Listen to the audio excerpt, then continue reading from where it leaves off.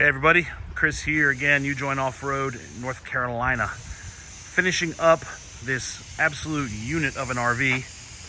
It's a 2022 E450. It's a Nexus Triumph. This is the first I think we've seen of this brand.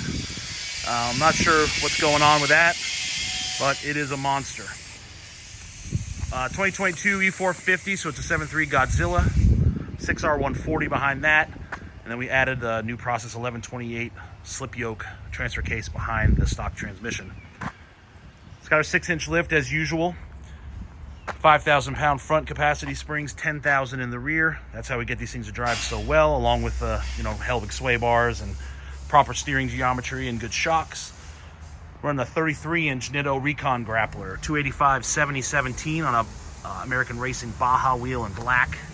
Single Fox 2.0s. Of course, the frame is clean and purdy. Up front, customer decided to go full gangster. So we've got our FB004 tube style bumper with the LP6 Pro upgrade. They got the amber backlight and as much light as you will need.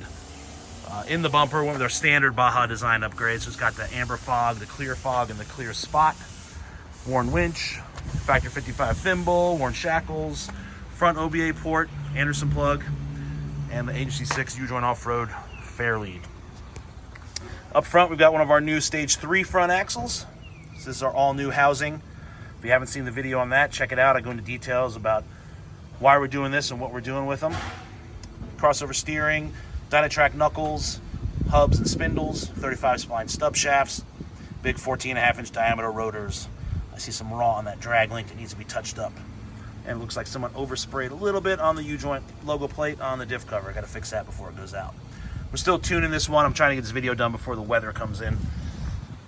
Black grille, swap that out for them with our amber running lights, our smoked amber running lights, bushwhacker flares, and our cab chassis side steps. You might notice I have a tape measure out. I just measured the rake on this thing because it appears to be low in the back, but believe it or not, to this body line, it's a 1/2 inch high in the rear. So shows you the length of these things, and the rear overhang can really mess with your eyes and make it seem like it's super low, but it's not. It's a 1/2 inch high. So what else? S-Pod controlling all the lights and the onboard air.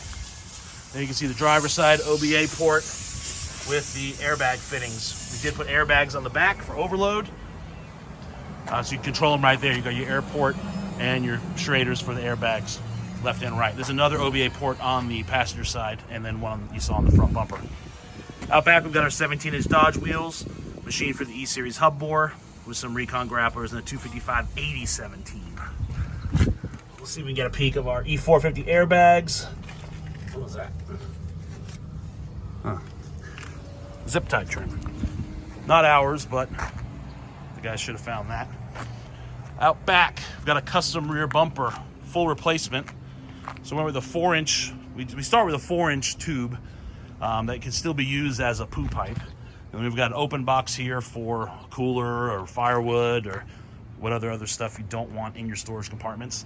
And then we've got 2 aluminum boxes. Gives you a little bit outside storage. I use mine for cooking gear because I like to cook outside, so I fill mine with cooking gear and maybe non-perishable food. And I put a cooler on mine. He didn't have a specific cooler that he wanted to use for this, so we just built the tray as versatile as we could. So yeah, gonna continue putting road miles on this thing until it goes home. Drives amazing. I think I forgot to mention the Hellwig sway bars. Big fat boy Hellwig up front and in the back.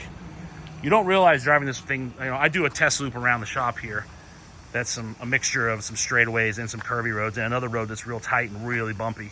And you really don't realize you're driving something so large. You gotta slow yourself down and say, hey, I'm driving a small house down the road. I need to chill out. And that's how we like it. So yeah, love this thing. If you got any questions, leave them in the comments or shoot me an email, chris@ujointoffroad.com. Be sure to check out our website. We've got an RV page dedicated to the RVs. A lot of pictures of all the RVs we've built. And yeah, follow us on Instagram and Facebook if you don't already. Thanks for the support.